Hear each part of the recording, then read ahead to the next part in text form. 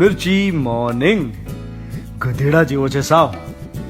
આપણી ભાષામાં સૌથી શાકાહારી કોઈ અપશબ્દ હોય તો એ છે લુચ્ચો, બેશરમ, ગધેડો. જે દિવસે ગધેડાને ખબર પડી ગઈ કે આપણે માણસો એના નામનો કેવી રીતે ઉપયોગ કરીએ છીએ એને કેવું લાગશે. મજાની વાત એ છે કે આપણે જેટલો ધારીએ છીએ ને, હકીકતમાં ગધેડો એટલો મૂર્ખ નથી હોતો. એક ડોંકીની મેમરી એટલી શાર્પ હોય છે કે જે રસ્તાને એકવાર જોઈ લે ને એને 25 વર્ષ સુધી ભૂલતો નથી. એની યાદશક્તિ એટલી તીવ્ર હોય છે અને કાન અત્યંત સતેજ. 50-60 માઇલ દૂર ઉભેલા બીજા ડોંકીનો અવાજ એ ખૂબ સરળતાથી સાંભળી શકે છે. આપણને તો આપણા જ ઘરમાં રહેતા કુટુંબમાં સૌથી નિકટના લોકોનો મનનો અવાજ નથી સંભળાતો. ઘણા હોય છે એમને ધરાર બીજા કોઈની વાત કાને ધરવી જ ના હોય ને. અચ્છા, માણસના એવોલ્યુશનમાં ડોંકીઝનું કેટલું મોટું કોન્ટ્રીબ્યુશન છે જુઓ. પ્રાચીન ઇજિપ્તના લોકો આફ્રિકાથી હેવી મેટલ્સ ટ્રાન્સપોર્ટ કરવામાં ડોંકીઝનો ઉપયોગ કરતા.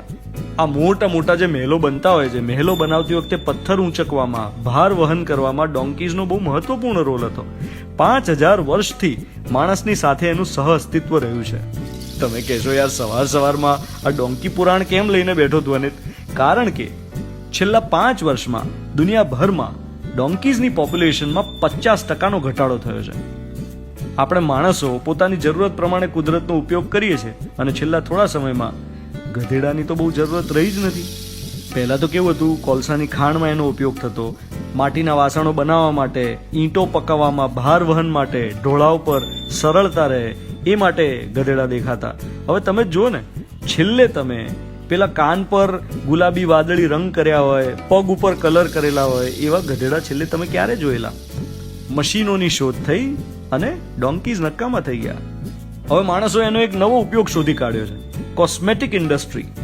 ચાઇનામાં ડોંકીની સ્કિનમાંથી એન્ટી એજિંગ પ્રોડક્ટ્સ બને છે અને ત્યાં એનું મીટ ભોજનમાં વપરાય છે. ગુજરાતમાં કેટલા ડોંકીઝ છે ખબર છે? માંડ 12,000.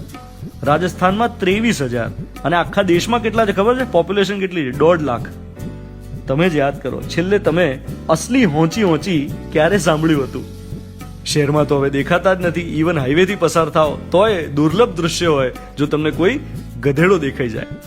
ટૂંકમાં ડોંકી પણ હવે એક ઝૂમાં જોવાનું પ્રાણી બનીને રહી જશે 20 વર્ષ પછી. આખી જીવ સૃષ્ટિમાં આવા કેટલાય છોડ, વૃક્ષો, જંતુઓ, પક્ષીઓ, પશુઓને આપણો વિકાસ ગળી જાય છે. કુદરતમાં દરેક ઇમ્બેલેન્સને પાછું બેલેન્સમાં લાવવાની એક રીત તો હોય જ છે, પણ માણસોની પ્રાયોરિટી જ કંઈક જુદી છે. આપણે ઘરની 4 દિવાલમાં એકબીજા સાથે કોએક્ઝિસ્ટ બરાબર નથી કરી શકતા. એક શહેરમાં બીજા વર્ગના લોકો સાથે કોએક્ઝિસ્ટ બરાબર નથી કરી શકતા. તો આખી સૃષ્ટિમાં એનિમલ્સ અને બર્ડ્સને તો શું સાચવી જાણવાના? તમે કહેશો યાર ધ્વનિત, મારી લાઈફમાં શું ફરક પડી જાય ડોંકી હોય કે ના હોય, હે ને? પણ એક રિક્વેસ્ટ કરું, ABCD શીખવો ને તો D ફોર ડોંકીમાં ડોંકી એટલે આળસુ, મૂર્ખ, સ્ટુપિડ, ડફોળ એવું ના શીખવતા. એ બહુ જ હાર્ડ વર્કિંગ હોય છે. ઉપર ગયા પછી કોઈ ચતુર ગધેડો આપણને પૂછશે કે કેમ ભાઈ મારી આટલી કેમ ઉડાવતા હતા, તો આપણી પાસે જવાબ નહીં હોય.